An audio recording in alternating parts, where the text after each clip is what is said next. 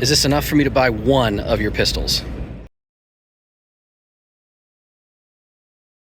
Hey everyone. Yep, finally got some SHOT Show coverage for you, right? I wanted to have it up last week, literally as I was leaving Vegas. But some stuff happened last week when I was in Vegas, didn't it? And you all have been very kind following along those stories, but we're not going to talk about Kara and prisons and things like that. No, we're talking about pew pew pew. Yes. And I'm going to try to do it carefully because just before SHOT Show this year, almost like a warning fired across the bow, YouTube gave me a little gift in my inbox saying, hey man, slap you like an HK handle right on your previous video, which we have found violates our community norms and policies. I said, what the hell did I do? And yes, it was last year's SHOT Show coverage. So they said it violated their rules against selling firearms. I'm like, I'm not selling shit. What the hell? And I hit the appeal button, which you can see how well that went. Yes, so there's probably some Byzantine fucked up way that you can try to appeal this and they'd be like, no. Maybe I'll ask James or something, how the hell do they put their videos up when clearly like they're talking about what's the MSRP, when can customers buy this? I don't even ask those kind of questions. I'm a dumbass at SHOT Show. But yes, I was a little more cautious in my video this year. You're not going to see as many explicit gun things. Some of them are in there, but yeah, we'll just see. And I'm going to break up this coverage into other videos as well. So this is the sort of overarching, what did I see, what did I like, what was going on. And then you'll get some specialty focused videos on a few particular vendors and I'll release them separately. Kind of a wide blast. So if one of these gets knocked down, maybe the others will stay up. I don't know what the hell's going on with YouTube these days. I'm glad it is not my career. There are literally loads of people out there, not just in the gun space, but in lots of spaces where the opacity of all the rules and how they're just blind. One day their shit just might be gone. Again, like I hung out with Print Shoot Repeat, I hung out with a lot of other people that I know, and like this is their career. And the fact that the rules on YouTube are not clear, it really is a scary time to be a content creator who depends on this as their livelihood. So any of those cats, if you follow them on, none of them make money on YouTube, right? So like if you're on Subscribestar for TFB TV, James and the crew, thank you very much. If you're part of PSR's Patreon, like he thanks you very much. Yeah, support your creators that you like in ways that aren't YouTube because they're not making money on YouTube. But I had a great time at SHOT. Let's not start off with the negatives, right? Joking aside and making fun. I mean, I made plenty of fun of vendors. And of course, my buddy Yeezy, if you weren't watching, if you're not subscribed to Yeezy Prince, he was out there dropping guns left and right. That's his loving way of stress testing the hardware. I had a great time with everyone I was out there with. The A Better Way 2A crew. So Jordan, Andrew, Tally, Spoon, like Spoonie, like, oh yeah, like Sarah and Kenny was a good guy. Like, I'm just going to drop like all these names. Maybe did everyone know their bosses know they were coming to SHOT Show? I don't know. But you'll see them on, you know, various social media posts and linked in videos and other things like that. Fuck. Oh, it's gone. That's it. Okay. Oh yeah, brother. If you don't know A Better Way 2A, they are the epitome of, much like my friend Carl, like their gun rights are for everyone, 2A for all. And no bigotry, no hate. They are very, very pro LGBTQ in their gun inclusiveness. It's a very, very welcoming crew, and I had a lovely time hanging out with them. And they're, you know, they get up to my shenanigans with me. I think if one of them was there to hold my camera and film me, I would have jumped in this giant holster and, you know, just kind of poked my head out of it like Oscar the Grouch. But since they were doing their own thing filming, I had to wander around and just capture my own content, kind of like a kid in some kind of candy store.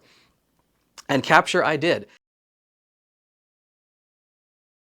So one of the most fun things that I saw out there, honestly, Pelican case. Pelican case with the innovation, man. There are loads and loads of other, you know, vendors now trying to compete with Pelican. And they were all there. Like I hang out mostly down in the derp dungeon on the lower level of SHOT Show where the small edge case vendors are. And there are loads of overseas vendors trying to like edge in on that Pelican space. But Pelican's still kind of the name for a reason, right? They now have a system. Remember that like pull and pluck foam that used to be in all Pelican cases? And like you can still get Pelican cases with that. Nobody uses that anymore because you know, it doesn't really hold together. It rips apart, it falls apart, it kind of turns into a mess. It's fine if you maybe have some camera lenses, but something heavy and big like a gun, not going to work out. So they now have, I'll link below whatever the hell they call it. It's, you remember those things as little kids, like all those push pins that you'd like press your hand into or your face into and it'd be like make an impression? That's what they've made. they have this system of little rubber pegs, and you could literally like take a couple of guns and scopes and other hardware and just like push it down into a case, and it instantly conforms to that thing. And it's really nice. It's much more robust. It's resettable, which the pull and pluck foam obviously was not. Loved it. I had a great talk with them, and also I showed them the Pelly bands, right? So Color Case is a huge Pelican vendor, and Pelican themselves, they were all hot for the Pelly bands. They're like, man, you should talk to our engineers, email us after the show, and I'll follow up with them. But it was really nice to meet the Pelican crew, and they're still doing good work. Another thing that was kind of neat was out on range day. Again, like I shot a bunch of guns, but like who gives a crap? I shoot guns all the time. I look for innovation. I look for new things. And one thing that was new was a company that was making these little like sporting clays that kind of, they're like little, you know, those little spinny helicopter toy things, right? Like little disc spinny floating guns. Imagine that, but bigger and orange. So yeah, this was designed to be like a kind of a light duty clay launcher, because if you've ever seen a clay launcher, unless you're using the little frisbee dog toy ones, which are not that accurate, they're annoying. They're big, they're huge. You put them on a range and you leave them there. This little gun thing with a kind of DeWalt drill battery type adapter, they're neat. I liked them. What was really interesting though, and this is wild, man. The space is just getting so crowded in the marketplace. On the show floor, I actually ran into a company. I was like, oh, Nordic Clays. Didn't I see you out at range day? They're like, no, you saw the competitor that took our idea. We're the originators. And I talked to Nordic Clays for a while. So like, oh my God, as we like to say, I mean, we always joke like the European mind cannot comprehend this. The sheer size of the gun market in America. If you're thinking about like, hey, you know, politics are a hot topic these days. What kind of new gun laws and who's going to make the idea of regulating away guns or banning guns or getting guns like off the market is, unless you truly understand the scale of the gun world, you just don't get it. Millions of parts that are virtually identical, and there's hundreds of vendors all making the same parts. They're all making the same handguards, gas blocks, you know, like, and they're all in business. Everyone's still in business because there's just that much demand. There's so much consumption in this market. Get yourself out to SHOT Show if you don't even understand the gun world, just once to see it. You will not fathom how much money there. And like, does Nordic Clays think that they're going to like get out there and like cease and desist this other company who was making their idea? I don't even know if they're out. They're like, no, we're selling our things too. We make money. They're making, who cares? It's a feeding frenzy in this market out there, man. But yeah, just walking around the show floor, not only looking at guns, right? Looking at other things, looking at these giant ass breacher bars, which looked very interesting to me. They were looking like, hey, maybe we can use these in our firefighter exit and entry class. What do they cost? And it was like, I don't know, $400 or something. I'm like, nope. Then I walked around here. I saw Olight. I know how many of you hate Olight, right? You love hating on Olight. A lot of you out there. I'm just going to Olight harder. Well, now I can do that with gun sights because Olight makes weapon sights. We'll talk about optics in a future video. Duracoat out again. Like everyone's just, they've tried all the ideas. There's so many companies like, well, what else can we do that's silly? What do you think can sell some product? Duracoat's making like gold, you know, hard coat spray paints. Make that James Bond golden gun, I guess, if you really want to out there. Walking down this aisle, I found the smack bar for Republicans. But next to them, I also found these really nice gloves. So again, little things fascinate me. You know what? Little magnets. Look at these. I had one pair of hunting gloves long ago that had these little magnets that would hold them in place when you flipped them open. Here is a great idea. I got a gun for you, all right? So bolt action ARs. You might think, well, that's dumb as shit. Yes and no. If you want to have an AR pattern rifle, but you live in an unfree state, drop one of these uppers onto it. Makes your AR 50 state legal. You don't have to have a fin or weird, you know, hand thing or weird heavy barrel. 50 state legal. Now, if down the road you want to have a different upper because you're living in a more free state, you already own the rifle. Or maybe you come from a very free state and you have to take a job temporarily in California for 6 months or something. Bring your bolt action AR, but it's all the same AR. So I really liked what they were doing there. I was also really impressed with some of these air guns. So some of these, I mean, when I had plenty of air guns as a little kid, right? But like the stuff air guns are doing now, I'm never going to recommend an air gun for like self-defense. That's not what you would use it for. But holy crap, I would not call them non-lethal.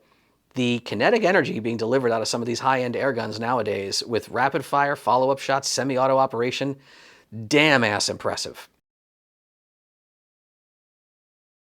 This might almost be its own separate follow-up topic, man. Gun safes. As you know, I'm always going to check out the gun safes whenever I'm anywhere, but especially SHOT Show, being a safe technician. The word of the show was YOLO. Like every major brand at this point that I'm finding, just no one even pretends to do independent testing. Oh, it's independently tested. Like by who? There's no underwriter's lab. There's no, like, who is your testing lab? Oh, it's independent. Who? There's not even a sticker anymore. Everything from fire rated, flood rated, even the locks. Look at these electronic keypad locks, which again, like, you know how I feel about electronic locks, but like, I don't even recognize these brands. This isn't S&G, it's not Securam, it's not NL. Who the hell is this? They're just making their own lock. Like, it's the wild frickin' West. So yeah, look for me when I have a lot of time later on in my life. I will maybe try to scour some of these vendors' lists and be like, hey, can you send me a lock? Can you? I don't know what I'm going to do. I'll look through the catalogs once they're out there. But like, I don't know what these people are even slapping on the steel anymore. It's a shame to see. Like, safes we used to be a proper country. We used to have standards. Nowadays, your gun safe, what's it worth if you're buying it? Who the fuck knows, man? I love this paracord that I found here. Not that I'm a paracord dude with a bracelet and an anklet and a necklace and a headband and G-string made out of paracord like all you gray man survival types, but I do use paracord a lot, like when I'm staking out a range out in the middle of nowhere or just camping. I like this little ReadyRope. It has a little cutter right on the little bobbin. That's nice. Cool. Love you, whoever that is. Look at ReadyRope. You can, none of this is sponsored, you know. Like, I'm not getting kickbacks from any of these people. They didn't give me any free stuff. But yeah, I will try to link things below, or you can like use the power of the Googles. What else was kind of neat that I saw out there? Oh, the shoot house, right? RuBox. I think it was RuBox. It's like a modular shoot house. And it caught my eye because the videos they were playing, it was just people with full power like AKs and ARs, just like dumping magazines into these big black pads. And the idea is you could make a modular shoot house. You can just stand up a shoot house in any property and then like take it back down again. And like the building's fine or the field is fine. Now it's probably full of lead and dust. Get your hazmat crew out there. But yeah, material science is evolving in really cool ways and doing it on the cheap. Everything keeps getting cooler and cheaper. That's like the theme of this year's SHOT Show, man.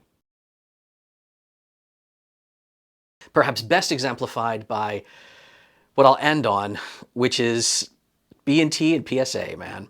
So B&T, if you don't know, a very high quality manufacturer of very nice firearms. And like fashion on clothing, like some things are hot, then they're out of style, then they're back in style, then they're out, and sub guns are back in style. So, you know, PDWs and sub guns, right? So the TP9. TP9 was out, I guess, last year, maybe. Now they already have a new one because make you spend that more money. It's like iPhone and the iPhone Plus. The TP9 Pro was what they were advertising, and it's got a new thing and a dingus and a kit and it's blah, blah, blah. And everyone's at the BT booth just creaming over this thing. And of course, I was looking at it and I loved it. And then I was talking to some people. I was like, hey, man, like, I wonder if we can score one of these. What do you think can get one? I'm talking to my friends, and they're like, well, did you go by PSA?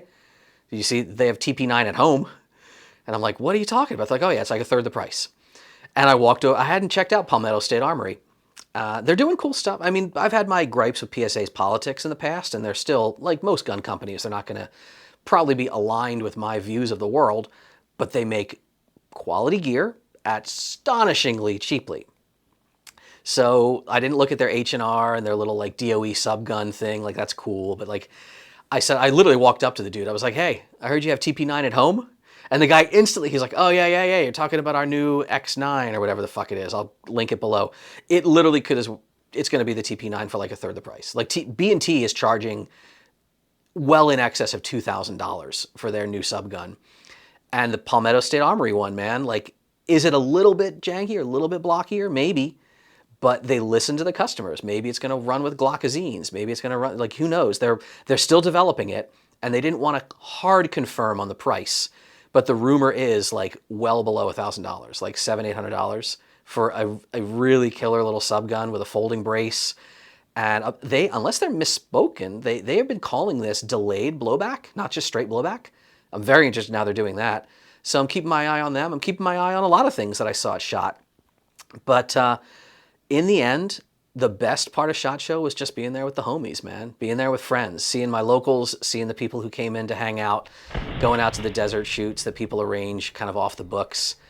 Yeah, I'm going to keep going back to SHOT, but I'm probably going to stay off the top main floor more and more.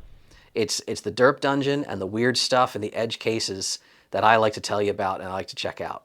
Look for more specific videos coming up. I'm going to have a video about optics. I'm going to have a video about some cool cleaning products. I'm going to have a video about some new iron sights that somebody gave me. Yeah, but in general, I had a great time at SHOT. If you were there and said hi, thank you for coming up to me on the range or elsewhere.